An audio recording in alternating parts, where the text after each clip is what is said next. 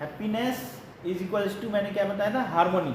Harmony से आएगी। Harmony सबसे पहले कहाँ पर होनी चाहिए, हमारे अपने अंदर होनी चाहिए, सेल्फ के अंदर होनी चाहिए। तो हार्मोनी इन सेल्फ, यहीं से हम व्यवस्था से, यानी हमारे अंदर की एक व्यवस्था है, पहले उसको हम समझना चाहिए।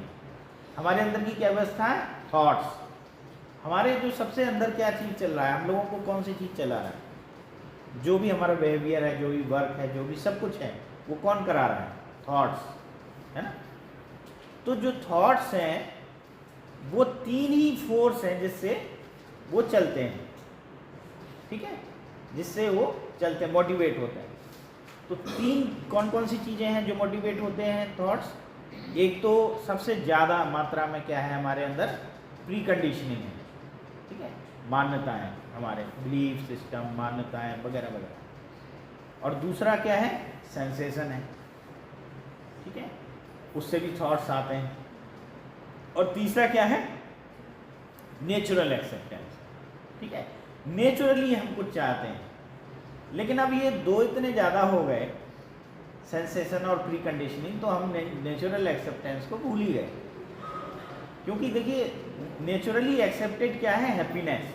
Happiness is naturally accepted to us. इसलिए हम लोग क्या करते हैं, हैप्पीनेस की तरफ भागते हैं। आपका मन क्या करता है, हमेशा हैप्पीनेस चाहता है कि नहीं चाहता है, चाहता है।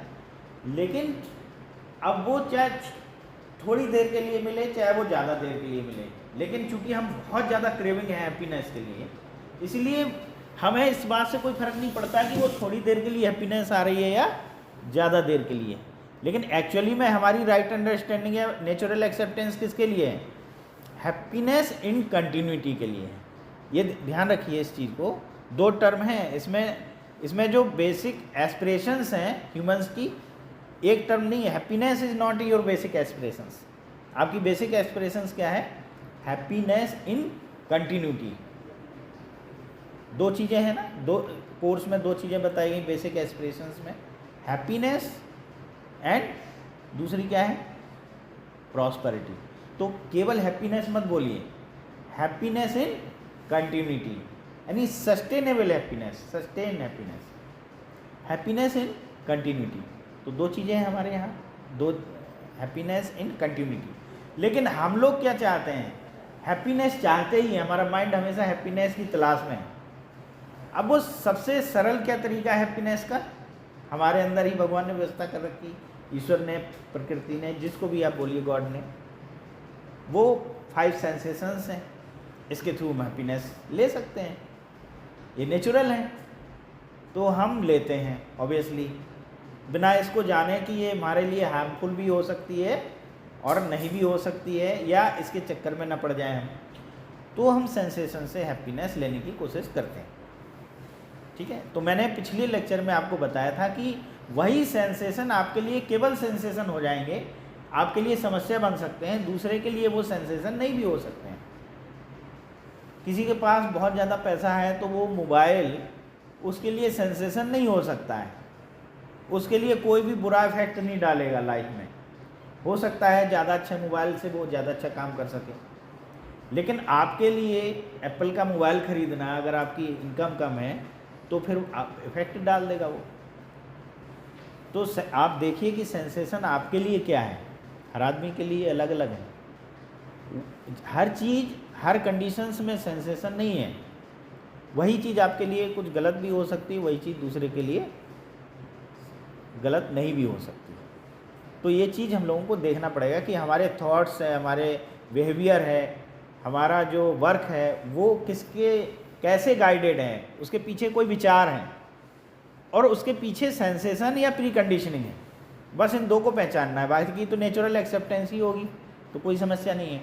तो जब भी कुछ आपके मन में गलत हो रहा है, कुछ उलझन है, कोई दुख दर्द, कोई भी पेन है, तो थोड़ा देखने की कोशिश करिए कि उसके पीछे है क्या। उसके पीछे 80% कारण होगा प्री कंडीशनिंग का। पिछली बार हम लोगों ने सेंसेशन डिस्कस कर लिए थे।